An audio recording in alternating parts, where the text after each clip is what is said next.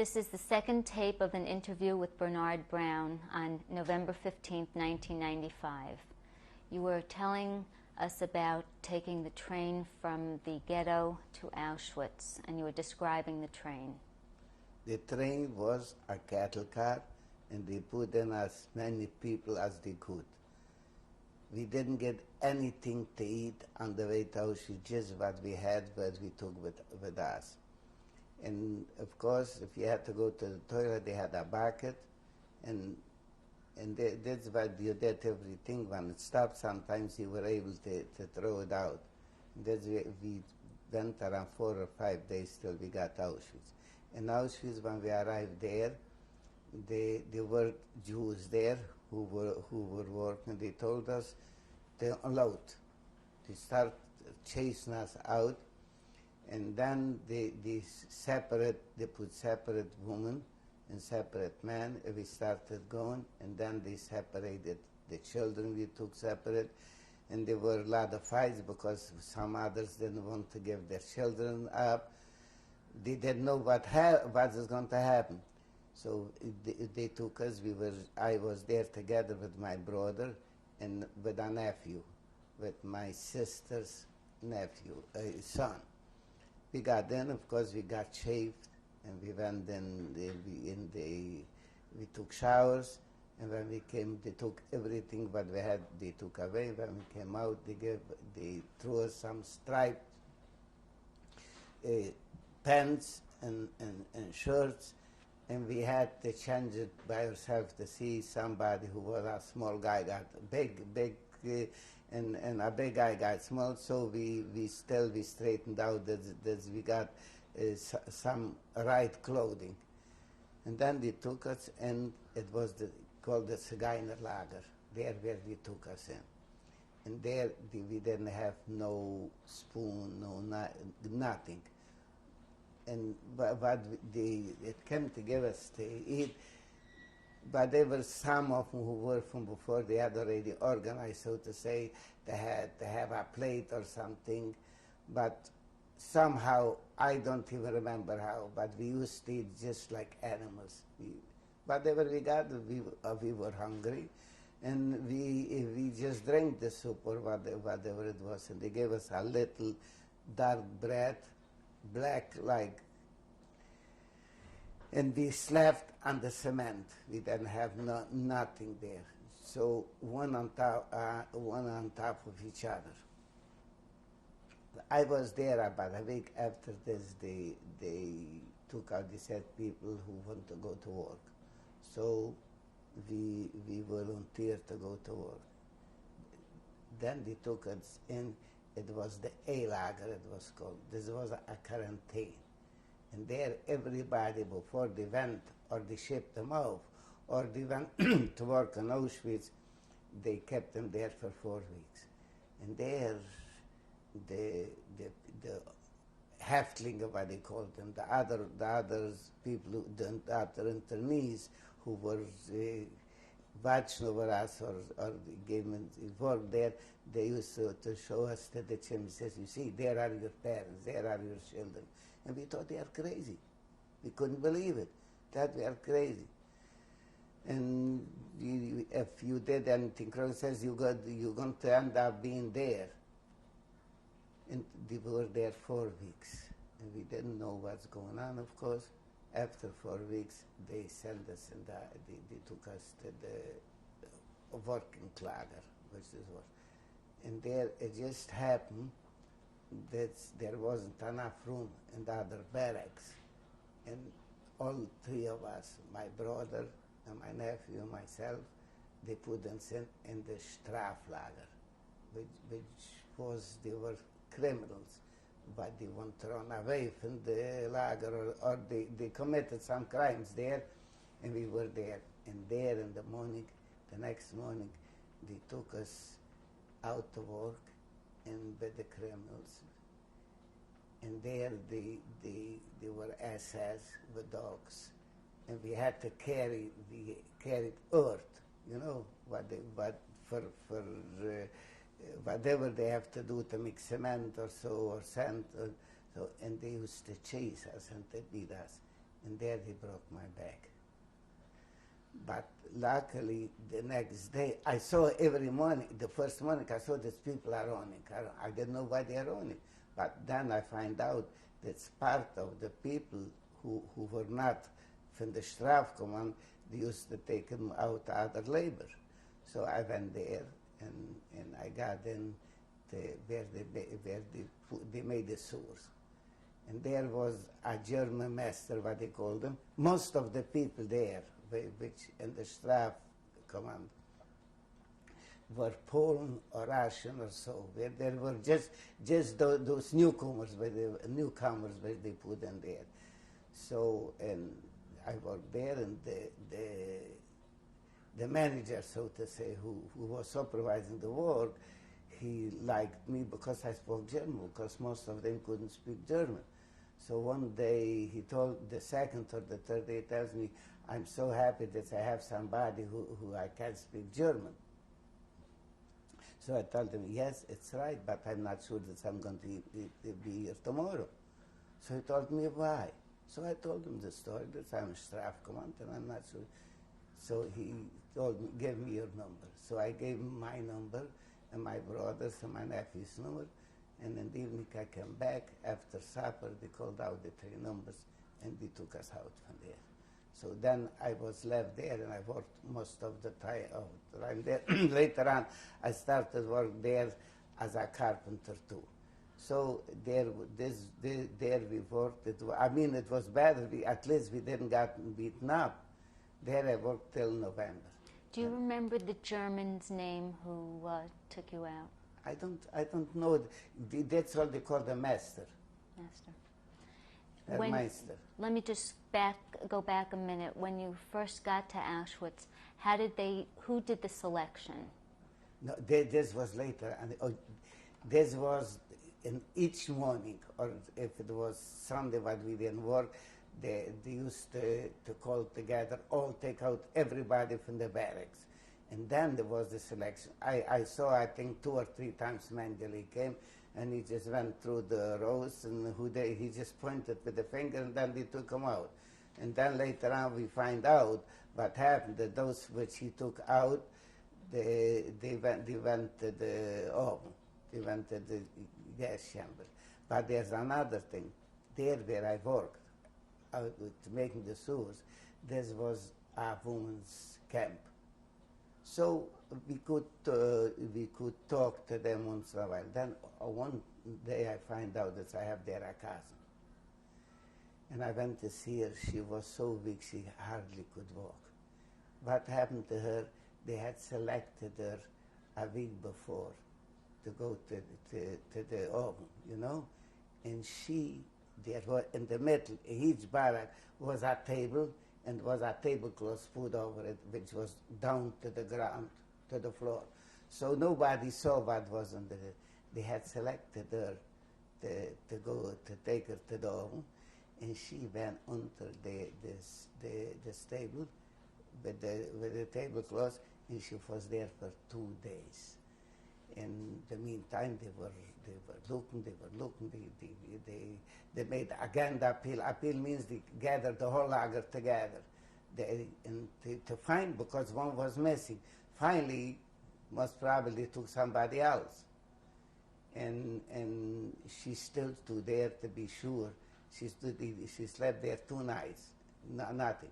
Finally, she came out, and she lives now in Los Angeles. She's still alive. Just to show you what it was a matter of luck, and she had the right sense to go into hide. What happened to the rest of your family when you and your brother were sent? The rest of the family, I mean, my mother and my older sister and the children, only what I know is about my 2 younger sisters. They went, they took them for labor, so to say. But what happened with them, that's what I heard the story, I don't know. They selected and they put the young girls to take them to the front for the soldiers. And they were lucky enough that they put them in a ship to take them to the front, and the ship sank. So there was a whole ship full of young girls, which died before we got. Who told you about the story? This is some from our town who knew about it. I mean, this all as rumors. I mean, there was no evidence. I mean, they told the story, and I think it's true, but I never heard from them after the words, and nobody. I mean, it's already almost 50 years. It is 50 years, and I never heard anything about those girls. And your parents? My parents were straight. They took me to the gas chamber. I mean, my father was 62, and my mother too. So. And you were with your brother and your nephew at Auschwitz. I was with my brother and nephew. I was in Auschwitz, and then from there we went to Liberosa. In Liberosa, we were. You see, his problem was he had it too good, so to say, in the circumstances. Who was he? My brother, my older brother. When we came there to Liberosa, they built a new camp. So we said that we are carpenters. And of course, we were from the lumber business, so if the German needed a 12-inch piece of lumber, I didn't have to take out the roller and to measure. So I saw it with my eyes.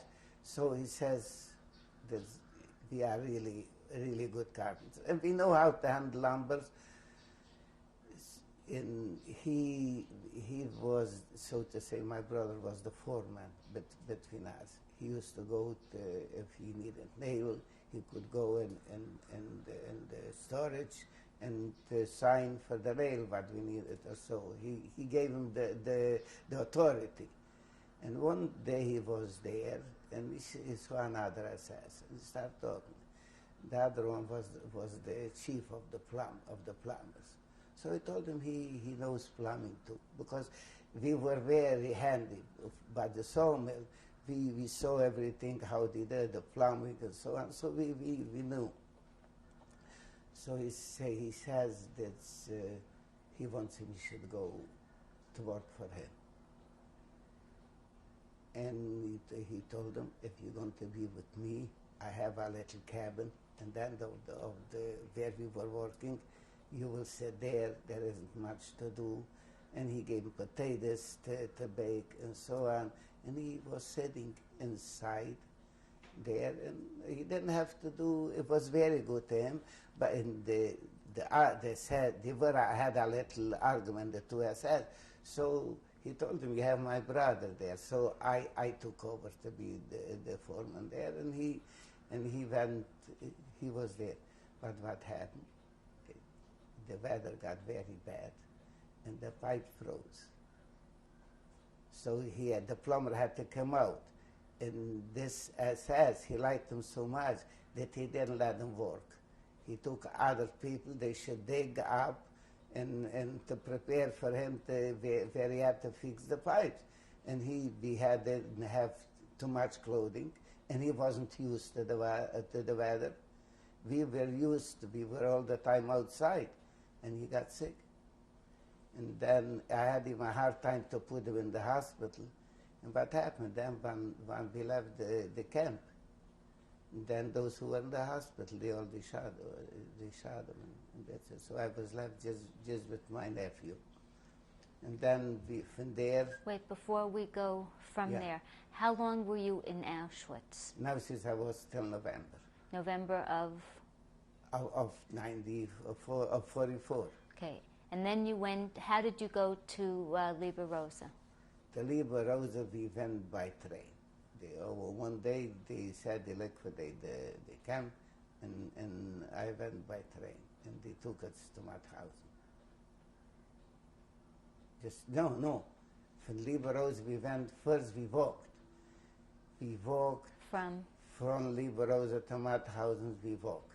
And when was this? This was in February or so. It was then, and we walked and we slept outside. They had like a corral, like you keep the sheep. we slept there and it rained on us and snowed us and so till I think it took us about a week or so, and then they put a railroad cars and they took us to Mauthausen. In Mauthausen, they undressed us completely, and we were for quite a while without clothes. Just, I mean, it was warm just from the body warm. And was your nephew with you at this time? Nephew was, but one morning they came out and they gave us clothing, and he says we should go alphabetically. Stand in line alphabetically, put A here, B here, and so on. Now, my name was Brown, and his name was Stein. So what happened, and then they cut off, and they sent me to Liberosa. I don't know, from there on, I don't know what happened to him. They sent me to Liberosa, and there we were only 3 Jews in the whole camp. Most of the people were also, some Germans, a few, but mostly were Russian and Poles were there. There we were in a school, and every morning we went out, we built another camp there. This not far from Wels, was Gunskirchen, we were there. And so every morning we went out, and one time it happened that while walking, it passed by a buggy with sugar beets, and 2 Russians jumped out to take. So they shot him right there, on the spot. Around April, all of a sudden they started bringing in there more people. So what happened? They started liquidating all the camps, the little camps. We all belonged to Mauthausen. Mauthausen was the main camp. They start bringing there the people in the barracks which we made. And just at the beginning of May, all of a sudden they bring barrels of gasoline. And the rumor was that those who were in the school, we will have to take the gas and put on the whole camp, and burn the whole camp. To burn, I think they brought about 10,000 Jews were already there. But what happened, just then, before the war ended, the commander of the camp sent a messenger to the American soldiers who came that he gives 10,000 Jewish people for his life. And they accepted it, so it never happened. But the things were so bad there that they used to cut up, take out pieces of meat from the dead and eat it. We didn't have what to eat. It was so tough. So we got freed May 8th, just the end of the war. And by then, of course, we went out from the camp. We went to the population there to get something to eat. How did this come about? You want to describe the day on May 8th? We didn't know nothing. We got one morning. We got up and there were no guards. There were no guards. And then the next day, they brought back the guards and some of the SS who were there because they were hiding. And they saw the soldiers find out that they were from the camp, so they brought them back to camp. And some of them, those Russians and the Poles, they took them and they beat them up. And so, but I was so sick after this, I got diarrhea. I weighed 45 kilograms, which is about 90 pounds. That's what I weighed. And they took us to Wels, and I felt that it's no good. I couldn't eat anymore. Everything went straight through. and they organized there a hospital in Wales.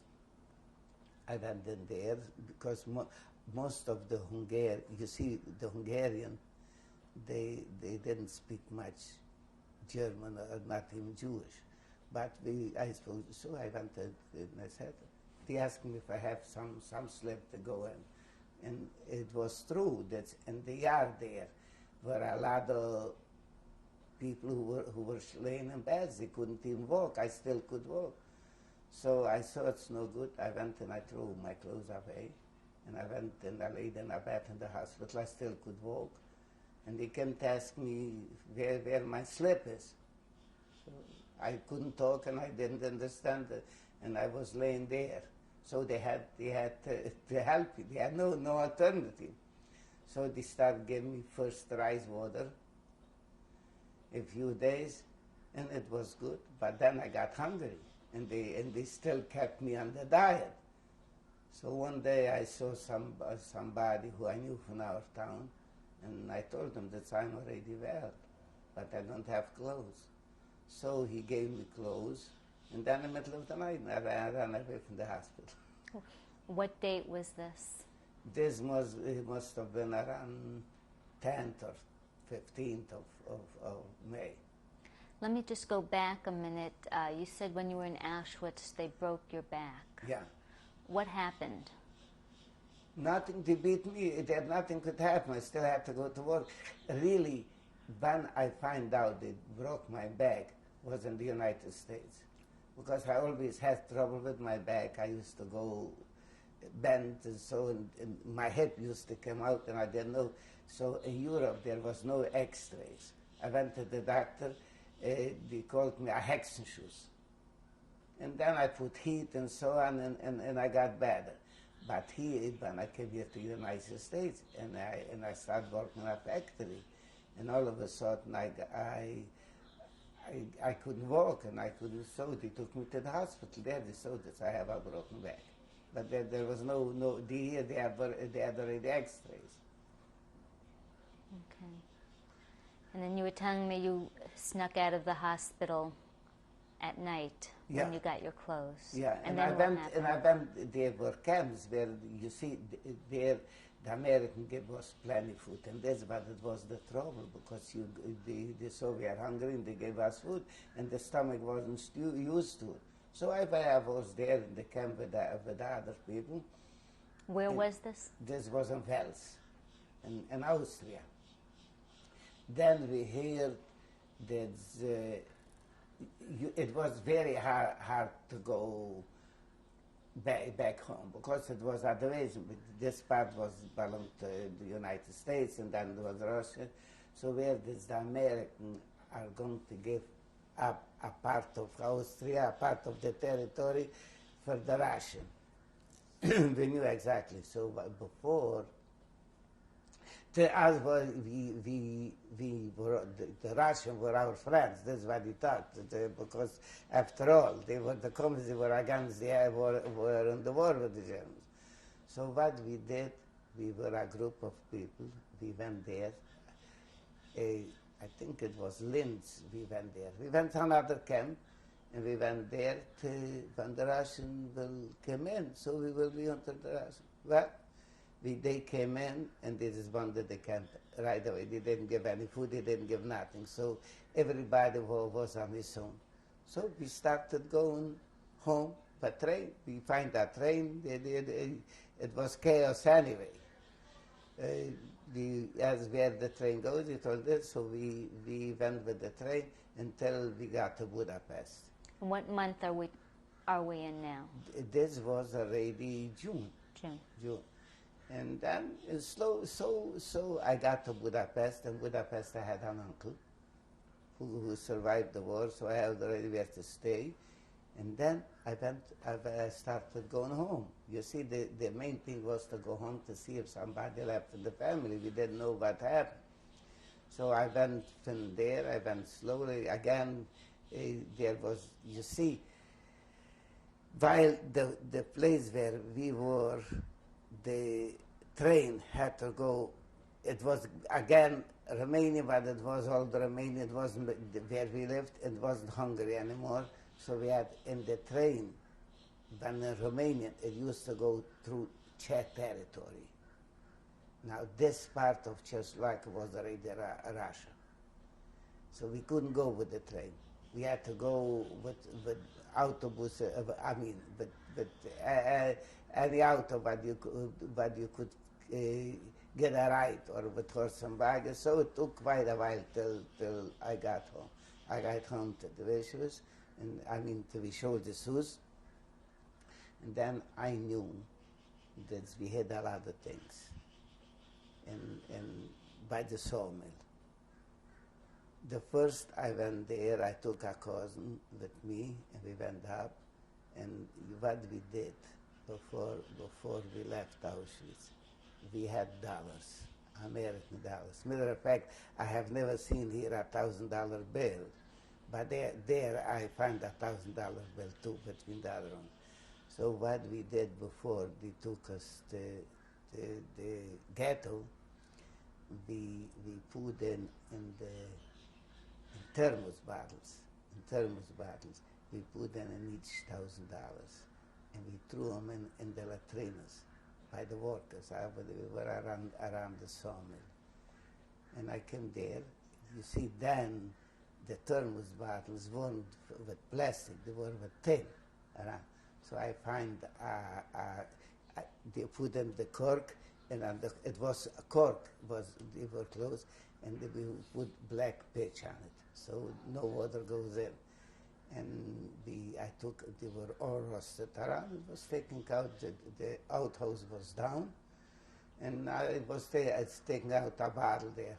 So nobody touched it. So I collected all the bottles, and I brought the bottles, and I took out the money. The $1,000 bill, this was right by the outhouse next to where we were living. And this was put in a little medicine bottle. And there were living other peasants in the house, so this was still in good standing. But it was on a hill, and down was a creek. So I went and I dug out, and I left out the whole thing from this, and so I found it. Then I went further. You see, the jewelry. We had a grinding mill to grind. So there where I had put the jewelries. I put under this. I didn't find it, but I did find. We had a shed where we, in the winter, used to keep the wagons, and in summer the sleds. So there I made myself a big hole, and I put in all the silver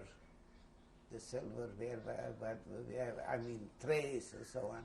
This I found, and they told me that they went there and tried to see, but it was very deep. This I find, the candle holders and all those things I find there.